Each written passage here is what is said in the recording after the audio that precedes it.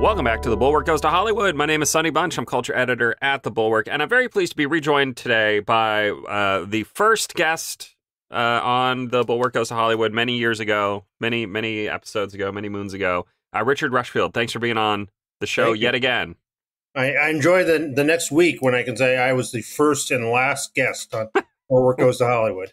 When we shut things down here, I will do that. You'll be my last guest. We can run through the when I win the Powerball, and I'm like, oh, I'm gonna go start my own studio. Who's coming with me?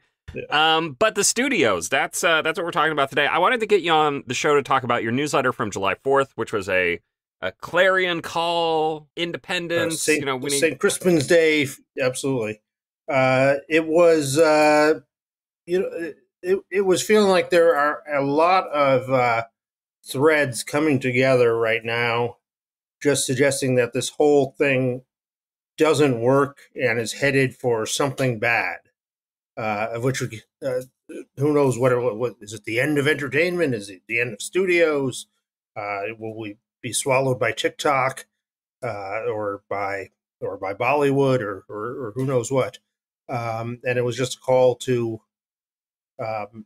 we're going in a direction that isn't working, and to stop it, to start doing something, doing different things. And I sort of identified the original sin as going back from even before the streaming wars, the era of big IP, when Robert Iger made these huge purchases of Marvel and Lucasfilms and Pixar, and it seemed before that the idea had been every studio had to release you released 20 movies a year. You had 2 hits, you had 2 flops. The rest were somewhere in between. If the hits did better than the flops, you had a profitable year. And with this big IP strategy, he said, we can make 8 movies a year, or even less, and they'll just all be hits, and we'll change the calculus. And for a while, it worked fantastically well for them. There was a year when Disney alone, one studio, was more than half of the world's box office that year. It worked less well for everyone else when they tried to copy it, and what it led to was this this idea that we no longer have to look to the hits and flops, that we can just, the machine can be bigger than the individual projects, which is something that the heads of studios had yearned for since the beginning of Hollywood, but just had never had the formula to do it. And then came the streaming wars, when everything just became content in the fire hose. And I said we need to go back to taking pride in movies and programs and what they are, and making those the center of of our world, not the multiverse or the quarterly earnings call. All right, so I have a theory about all this that I've mentioned before, I think elsewhere, and maybe I've mentioned to you before. So stop me if I'm boring you and repeating myself. But my big theory on the last 15 years or so of Hollywood is that everybody likes to cite the William Goldman line: nobody knows anything, right? Nobody in Hollywood knows anything. Nobody knows what will be a hit or not. And what really fundamentally broke the industry, to the extent that it does feel like headed towards some sort of catastrophic meltdown, is that for a while we did know something. We went from nobody knows anything to we actually know one thing, and that is Marvel, Star Wars, Disney, remakes of anime. These are things that will make enormous amounts of money. And you can spend as much as you want on them because they will make all of that back plus some. And because somebody knew one thing, everybody else tried to do it, and that is what broke Hollywood. I mean, the idea that nobody knows anything was great because it allowed people to make lots of different things at varying price points, and when they flopped, you just said, well, nobody knows anything. Nobody knows anything, and when one's a hit, you're like, see, nobody knows anything. We didn't know this was going to be a hit, and that led to not only a healthier landscape in terms of budget levels and all that, but it also led to the creation of real art, right? This was because you could do lots of different things, you could make lots of different interesting kind of things, and some would hit, some wouldn't, and you moved on to the next thing. And I really think that that one little piece of knowledge has fundamentally destroyed the industry. Am I overreaching here? Yeah, well, I think that's absolutely true. Because we they didn't know we didn't know what film would work individually. You could never say this movie would be a hit, and if you cast this person, it will make more money, or if you give them a sidekick, it'll make more money. You can never really say that, and I think that's part of what William Goldman was referring to. But you could say collectively, the 20 film strategy, that it would mostly pay off unless you hit a really bad unlucky streak. So we kind of in the big scale knew something, and it sustained Hollywood for 80, 90 years there. The big IP strategy was sort of a mirage. The idea that Marvel could produce nothing but hits, and that they would all be successful, and they would all generate lots and lots of toys and rides and everything, um, and and Star Wars and everything, and it came about by the most sort of fantastic run of execution, maybe in Hollywood history. Like I don't think any studios had big hits that big a string of hits at that level, and it was just Kevin Feige pulled off something incredible, but nothing lasts forever, and even that wasn't meant to last forever. He had this. It was all leading to a big climax, and after the climax, it was not quite the Marvel that you knew it would be, and that was with Marvel. Star Wars has had uh, really big ups and downs, and its reinvention, which I don't think we should undersell what the achievement of that reinvention and how dead it was when Iger bought it from Lucas there. But these were always going. None of these were going to last forever, and everybody thought they were going to last forever. And then if and everybody else who said, okay, this is how you do it, but didn't have a Kevin Feige at the helm with incredible execution that could turn out hit after hit, and thought they could just get by with doing 8 movies a year and they'll all be hits. They were slaughtered by this because they were making huge bets on things that just weren't up to weren't up to supporting an entire studio on the back of one movie. So again, I loved your newsletter, but I'm still I am worried that the idea that we just make the movies, make them good, get behind them, and we'll pull out of this thing. I mean, I don't know where the audience is at this point, right? So you look at a studio like A24. A24 is beloved. They make the best indie stuff. They're making movies for adults. They've got one out in the theaters right now, Past Lives. They've got nobody goes to see these movies. I love A24. I love these. I love them. And they have a very healthy part of the box office curve that is like $8 to $14 million. Okay. So go ahead. I'm sorry. Yeah, no, I mean, the indie sector is the biggest question mark right now. Whether and part of that is a lot of these theaters have shut down. Here in Los Angeles, there's virtually no indie screens to open a film on. The Landmark, which was the one on the west side, and the Sunset Five are gone, and the ArcLight also. So you're trying to open these independent films at the mall theaters, fighting for screens with Mission Impossible, and it's not working. It's very hard. I mean, so on the flip side of that, there's the head of a mini major studio who told me this is the best time to be making films ever. That defies logic. Says it's the best time to make. He says there are so many ways you can between. He says you could open it, and if you're smart, you can so say you spend $15 million on a movie. And that's sort of the range we're talking about here.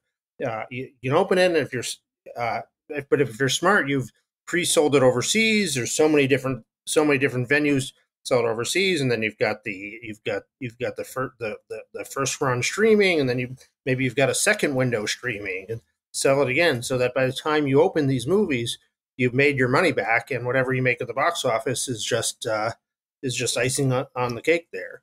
It's a very playing for tiny margins game there, but a lot of these films that look like flops at the box office have found ways to stay alive. I mean, the what was the Jennifer Lawrence one? The No hard No Hard feelings. Feelings. I mean, I don't know all the don't know all the deals that have been made on that, but I would not be surprised if that has enough wind with her behind it, and it seems perfect for streaming. Everything that will make its money back um, in all these various channels. It's not the exciting business of you open a movie that was a sensation at Sundance, and then it sweeps America and becomes the next Little Miss Sunshine, but it can sustain something. Well, this brings me to my second kind of big theory think piece idea about the industry, which is that it never made sense for the studios to be in the business of making billion-dollar movies, right? The film business should not be a I don't know, stock market darling sort of industry. You're much better off making, again, a bunch of smaller bets, some of which pay off, some of which don't, in the 20 to 40 million dollar range, where you can pre-sell the foreign rights, where you can, make your money on streaming, and whatever comes in at the box office is just gravy. Do we see, is it possible for the industry to pivot to that, or would that just destroy the movie theaters, which are the ones, I mean, if you chop out the franchise billion-dollar, $100 million opening weekend segment of the industry, can AMC and Regal, or whatever Regal turns into, in Cinemark, can they all survive? I don't know how that works. I mean, it's a question mark whether they can survive right now with everything, and I think I think a lot of the chains are teetering right now, still carrying debt from they were shut down for 2 years, and have big real estate bills and everything to pay there. So I I I I think if you take something major away from them at this point, you're really uh, risking colony collapse there. Um, and but you're right. It's like these. I mean, this was what happened then after we talked about this a day ago. That even 5-6 years ago, quarterly earnings calls, nobody paid attention to that. Like my partner Janice Min was the editor of Hollywood Reporter, talks about how it was something that the third you had the junior reporter just sort of write up 4 paragraphs on these earnings calls, and now it is the center of the world, and what everybody wondering what is going to come out of it, and what is going to and how the subscriber number is going to look for this month, and what's the EBITDA, how's the EBITDA going, and it's we never paid attention to that. It was you made the Ankler's rule number one is this is a business of hits, and if you have hits, you will uh, be profitable, and everybody just assumed people didn't know the details of the business and the financing and the bonds and all that, but they had a basic sense. If you have hit shows and hit movies, somehow or other will end up to you making money, which generally was true. And if you have a lot of flops, that's going to cost you a lot of money, and that's not good for a company. And that worked out. But we lost this sense of hits and flops mattering, to the point of you look at these giant movies that they're making on streaming, the red notices and everything, and not to mention the $1 billion shows that they're making, and we don't even have a sense of what is the goal of this. What would make this a hit? Is there like a number of viewers? Is there a number of new subscribers? Um, so we don't even know what a hit is anymore. Yeah. Yeah. I mean, I sent you, I forwarded you that newsletter from Lucas Shaw over at Bloomberg, with this just kind of amazing chart looking at the decline in profitability of the studios. And, look, part of this is pandemic related. Everybody freaked out because they weren't sure if theaters were going to survive. They needed to pour money into streamers. And streaming is a money losing business. I mean, it's wild how much money streaming loses. It is just an enormous money pit. How do from set aside the arms dealers who are selling things to the studios, the movies that they have. How do the studio heads look at streaming and figure out a way forward, to profitability, to real profitability, to the world that we used to have? Because if they don't make it there, then the whole industry kind of collapses in on itself, right? I mean, I haven't seen any model that people are actually talking about that leads to anything resembling profitability in these things. It's just, I mean, I think first of all, their plan is for there to be less competition, so other people have to go away or die, is what they would like to plan for. And believe and I think that was, the initial plan of Netflix was always, I think, that they would be streaming and that to be a monopoly. And at that point, you could raise the prices to consumers, and you could cut what you pay your stars and your big expenses. And so while you're in a situation where every single project is in a five-way bidding war, like there's no way to keep a lid on your costs. You can't possibly raise money enough to do it. So I think I when they talk about the future, you just feel like there's this big thing they're not saying, which is either will be bought or will buy someone else or will be consolidated or these other people will go away and these intangibles. But I think part of the effect of the strike and the shutdown here coming after COVID and all that is that the legacy studios will are going to be are now going to be hit so hard in the profitability, um, that they will be cheap enough that consolidation, the moment of consolidation, that was foretold and warned of for a decade here, may finally be upon us.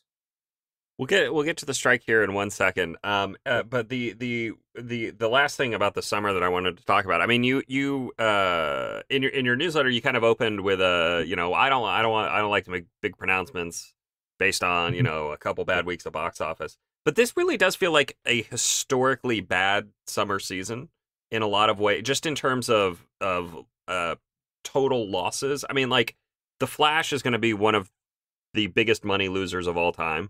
Transformers: Rise of the Beast is probably going to lose about nine figures. We'll see what happens with Dial of Destiny here, but it had a pretty soft open, and if it doesn't have strong legs, that's going to be another movie that loses probably nine figures. The Little Mermaid, somehow they spent almost $250 million on that movie over at Disney. That's going to be another pretty big loss. I mean, I look at the box office so far, and I see four or five movies that may lose nine figures just out of what's been released so far. Which I mean, I cannot remember another season like this. Yeah, and then look on the other side of the ledger, and how many streaming projects have. I mean, I don't know how they figure profitability on these things, but you have to figure that by whatever accounting, there's could be a dozen shows that have lost nine figures, Yeah. in this year alone. Yeah, I would say so. The thing about that's scary. I was reading the totals, and total, the box office may not be dramatically down or dramatically worse. It's just you have a bunch of films that were too expensive for what they were going to make. So in the aggregate, it may be all right, but on just the revenue side, but that the costs fixed into certain films will get hit with big losses on those, and that's and that's kind of the deal. You have to, I mean, you you have to be able to make, not just make money off the movies, but you have to make profits off them too. So if they can, if they need to make, spend $400 million to make $150 million, that's not a great business. So one side or the other, that has to change.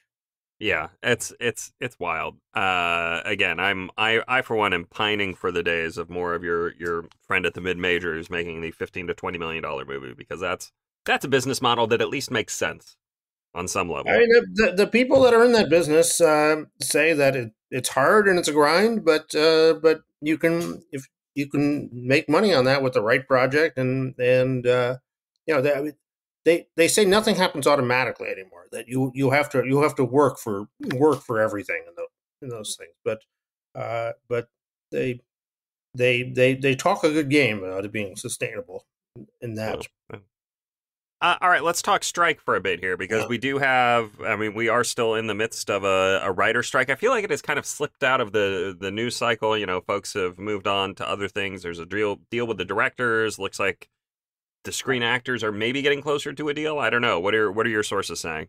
I have sources in the last week, in the last day even, who have told me the actors are very close to a deal and they're going to be signing one. And I've heard sources that say they're really far apart. It's not going to happen, and the actors will go on strike. So I can't say which of my sources I believe more, or trust more. I think that Fran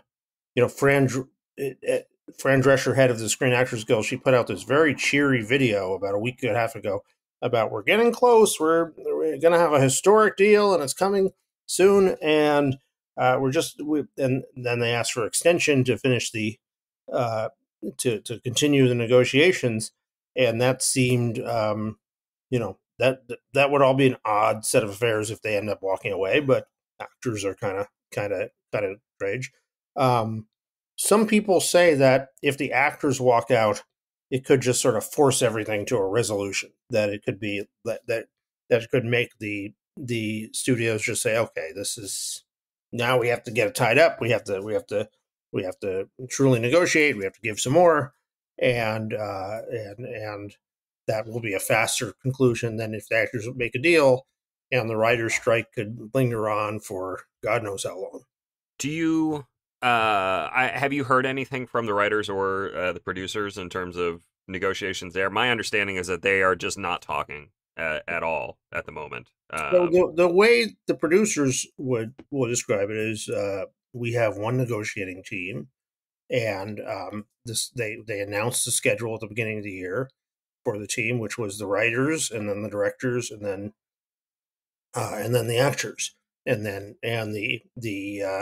the writers walked out on their uh, on from their negotiation. The writers would say they walked out because what they were being offered wasn't reasonable, but so that it's the studio's fault that they walked out. But anyway, those talks concluded and broke off, and then they moved on to the directors, and did that, and now they're talking to the actors. And when that concludes, they can come back to the writers, which the writers have protested that this is a fictitious narrative, and they could talk to them anytime they want. The the studios dispute that, but in any event, it seems to be how, whatever the truth of it is, that seems to be how it will go. That they will deal with the writers after they're done with the actors, and um, it's a there is there is determination on the writer's side, and there's also real hardship. People have gone 2 months without pay now, and I definitely know people that this is getting tough for. So it's going to be a I think it's going to be a hot and difficult summer before, and it's not coming to an end for another 6 weeks at the earliest. So, Yeah. um, I mean, I know people at this point who are looking at medical bills, who are looking at school tuition, and things like that, and approaching some tough choices there. So, it's not and then you have all the other people who are put out of work because production has been shut down and have been Yeah. furloughed and everything. So it's a tough time, and there's no immediate end in sight here. Yeah, I will say just from my own perspective, again, having talking to a few people, but also kind of watching everything play out on Twitter. One of the biggest Twitter is not real life moments in recent weeks was there's lots of buzz that the directors were going to reject the deal. Lots of a lot of directors on Twitter were saying, "Well, I can't support this because blah blah," blah. And there was groundswell of opposition, and then the director's deal ends up getting approved by what 83, 86% of votes, something like that. It was not close in the end. As someone who believes the writers deserve much more and should get much more, and support uh, almost all their demands, uh, writers' Twitter does not do them any favors. It's Yeah. writers' Twitter just seems focused on why doesn't David Zaslav give us his yacht instead of it's very obsessed on how much David Zaslav makes to the exclusion of almost every other issue. It seems when you're on there some days, and the studio. It's also a one-sided argument because the uh, Bob Iger and Ted Sarandos aren't tweeting back at them all day, so it's so they're just sort of yelling into a void, which seems to make them yell louder and to each other, and it's not it is not the truth of how of how this is all going. Yeah, as a writer who spends a lot of time on Twitter yelling into the void, I empathize with that as well. You mentioned David Zaslav. We do have to. I there. I don't know what your relationship with David Zaslav is like. I don't have one, so I can. I haven't been on any yacht yet. I'll say that.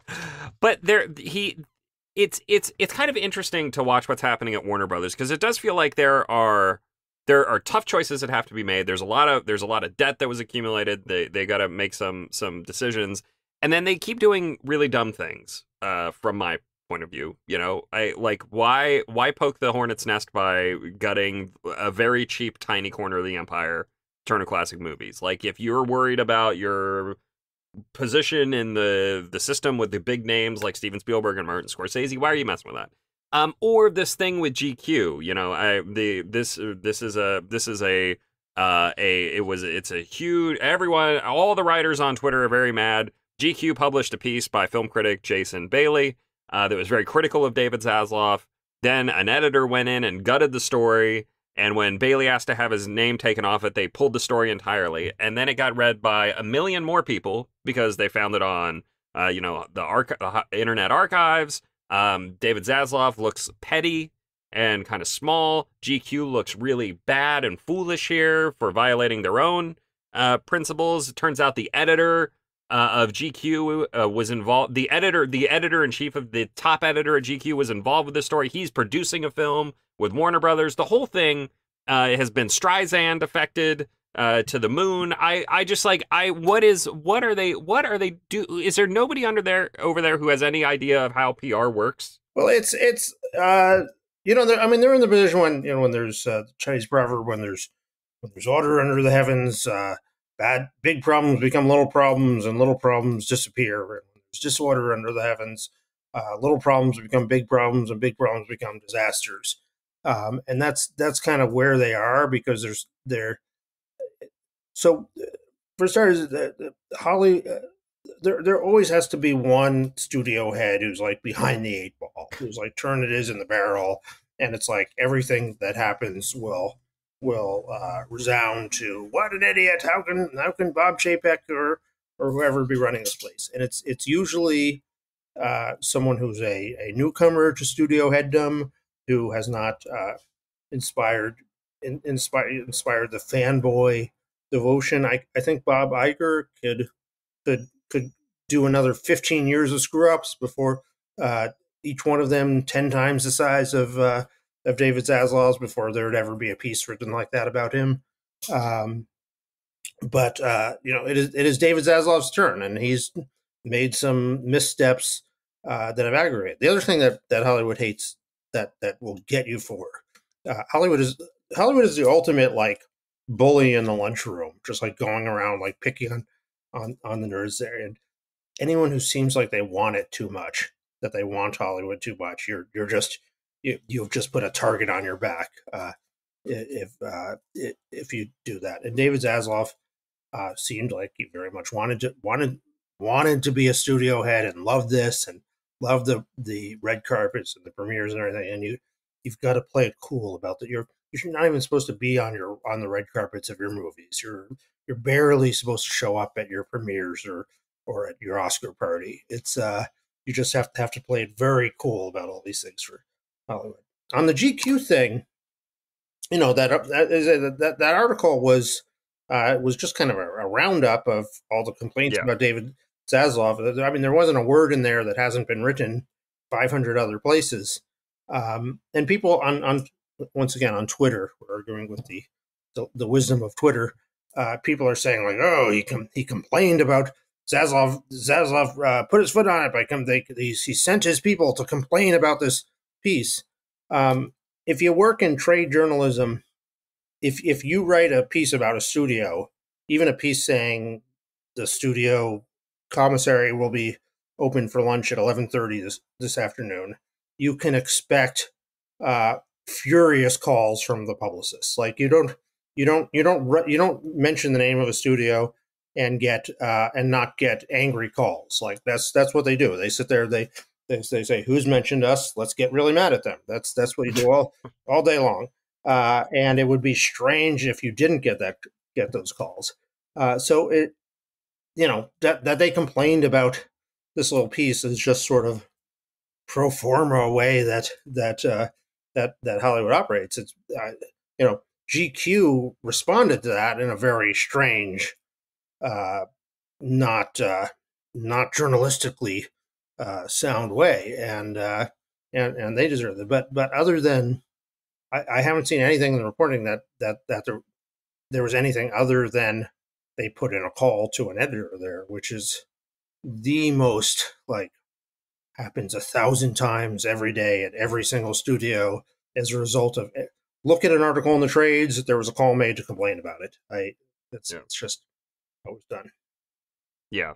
No, I mean, I can't imagine David Zaslav there, looking at the printout that has been put on his desk and flying into a rage. I mean, he's new at this. They are all new at this, and they are sensitive and to the way he's being portrayed. And they're not cavalier about it. But I can't imagine that this particular piece provoked any extraordinary like John Malone calling the head of Condé Nast and demanding heads or on a platter or anything like that. So. Yeah. Well, that was pretty much everything I wanted to ask. As you know, Richard, I like to close these interviews by asking if there's anything I should have asked. What should folks know about the state of the industry, or other topics? Well, you didn't ask me how I'm doing a week after the death of Alan Arkin. That's one thing. Well, how did it hit you hard? Was that a big? It's been a tough week. It's our greatest living actor. There was a man you could not just watch, read. You would pay to watch him just look at a phone book, let alone read a phone book. I mean that was, and to think that the 1970s, the greatest era of filmmaking, someone like Alan Arkin could be a true star, could get movies made on his name. It just takes you back to a better time. Yeah. I did notice that the Richard Rushfeld background picture was at half mast. Yes, that's absolutely. It was, which is a picture of Alan Arkin looking disapproving at the Golden Globes a couple of years ago. was a great man.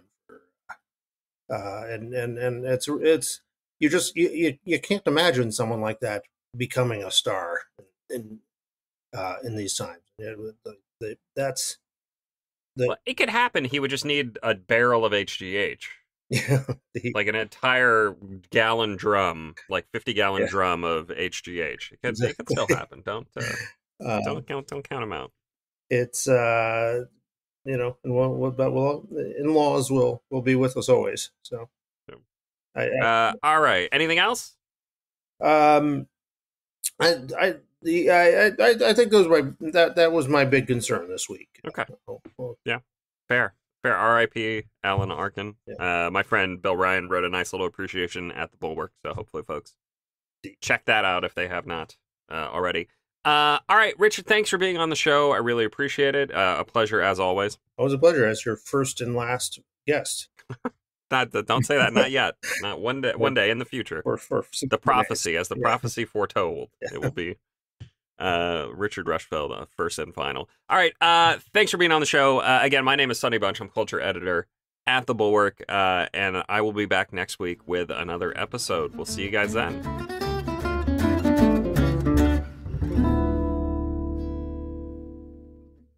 Welcome to Talkville, the ultimate Smallville rewatch podcast. Look, we have a lot of fans. We have a lot of people that watch the show. We have a lot of people that still watch Smallville. They show up to the cons. They're glorious. They're awesome. They're just loyal is the word. I guess I'm proud of the show. So I'm like, come on, man. Smallville. Because now everybody's like Arrow and this. And these are all great shows. I'm not knocking the shows. I'm just saying, don't you remember us before the social media? I want to be a meme. Meme me. Catch up with season 1 or start season 2 on YouTube or wherever you listen.